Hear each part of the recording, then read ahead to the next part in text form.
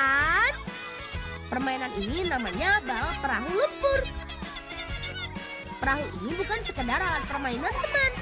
Namun, perahu lumpur ini adalah kendaraan kami saat beraktivitas mencari kepa di lumpur. Nah, ini cara kami memanfaatkan perahu saat tidak musim kepa. Teman, permainan ini mesti dilakukan secara estafet. Karena berlari dalam sungai lumpur sangat sulit dan melelahkan. Makanya, kita harus mengatur ritme dan kerjasama saat meluncur.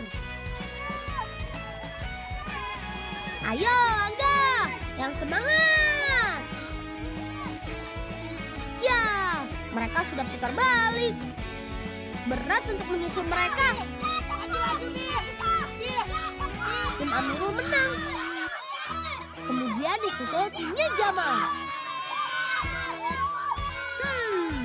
Kali ini timku harus menerima kekalahan.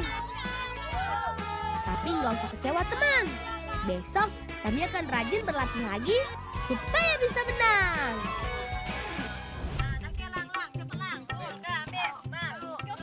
Teman, hari ini kami mau menemani kakak untuk mencari tengkuyung. Tapi sebelum masuk ke kawasan bakau, kami harus membuat obat nyamuk dulu. Kalau di sini, kami tidak perlu repot membawa anti nyamuk dari rumah. Cukup dengan memanfaatkan sisa-sisa kayu bute-bute yang ada di sekitar kita. Untuk membuat obat nyamuk, kita harus membakar kayu bute-bute hingga menjadi bara. Tujuannya supaya asapnya tetap ngebul. Supaya tidak kepanasan, lapisi bagian bawah batok kelapa menggunakan tanah basah. Obat nyamuknya sudah siap.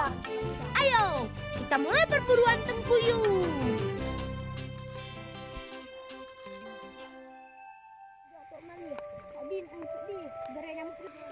Untuk mencari tengkuyung, kami harus masuk ke dalam hutan mangrove yang berlumpur.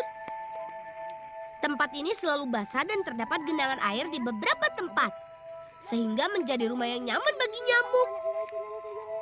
Nah, kata kakak, obat nyamuk buatan kami ini sangat ampuh untuk mengusir nyamuk-nyamuk yang mau menggigit kami. Ketika dibakar, kayu bute-bute yang mengandung getah akan mengeluarkan kepulan asap yang pedih dan bau yang menyengat. Konon, nyamuk-nyamuk tidak suka dengan asap dan baunya. Dengan begini, kami juga tidak perlu khawatir terkena demam berdarah yang disebabkan oleh gigitan nyamuk pada siang hari. Waduh, sepertinya kita terlambat. Sudah banyak ibu-ibu yang mencari tengkuyung juga. Ayo kita bergabung. Kawasan mangrove ini adalah kawasan budidaya alam tengkuyung milik masyarakat di desa kami. Ukuran tengkuyung relatif lebih kecil dari jenis siput lainnya. Paling besar hanya seukuran jari-jari kita saja. Waktu yang tepat untuk mencari tengkuyung adalah saat air surut seperti ini.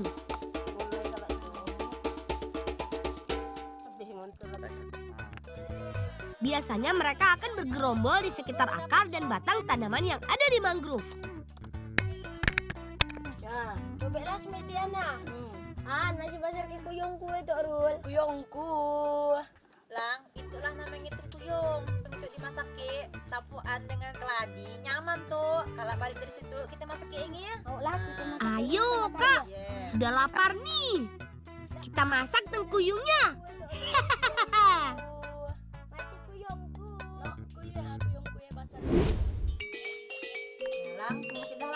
Waktunya masak. Ayo, kita bagi tugas supaya masakan kakak cepat matang. Setelah tengkuyung dibersihkan dan dipotong bagian ujungnya, kita siapkan bumbu rempah untuk memasaknya. Bawang merah, bawang putih, kunyit, lengkuas, ketumbar, kayu manis, cabai kering dan garam harus ditumbuk sampai halus.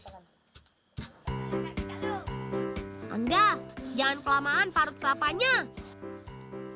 Kelapa ini akan jadi bahan dasar untuk membuat santan. Supaya lebih nikmat, tengkuyung akan dimasak bersama batang keladi. Tapi tidak bisa sembarangan, teman. Kita harus membersihkan seluruh batangnya supaya tidak gatal saat dimakan. Semua bahan sudah siap nih. Panaskan dulu minyaknya ya, Mirul. Pertama, kita tumis bumbu halus dengan sedikit minyak kayu. Tumis sampai baunya harum dan warnanya berubah menjadi kecoklatan. Setelah itu, masukkan air santan ke dalam wajan. Aduk sebentar sambil masukkan batang keladi. Nah, ayo Tengkuyung, saatnya kamu berenang. Kalau semua bahan dan bumbu sudah masuk ke dalam wajan, jangan lupa aduk-aduk ya, supaya bumbu dan kuahnya meresap ke dalam cangkang Tengkuyung. Nyaman. Nyaman. Oh, lah mau nyaman cara kita makannya tuh Sami. Au Kak Lo. Bentar lagi mas. Tak perlu menunggu lama, gulai Tengkuyung keladi kita sudah siap disantap.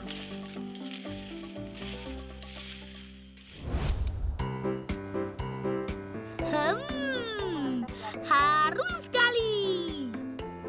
Masakan ini adalah menu wajib yang harus diicip kalau kalian berkunjung ke desa kami. Tapi memakan Tengkuyung juga butuh teknik. Kalau tidak, dagingnya akan sulit keluar dari cangkang. Lihat nih, langsung sedot dari cangkang dengan satu hisapan kuat. Hehehe. Ada satu rahasia yang membuat daging Tengkuyung ini mudah disedot. Sebelum dimasak, ujung cangkang Tengkuyung harus dipotong terlebih dahulu. Sehingga udara yang kita sedot dapat mendorong daging Tengkuyung ke dalam mulut kita. Nyaman nggak? Nyaman. Nyaman kan Kak Lo? Nyam! Nikmat ya.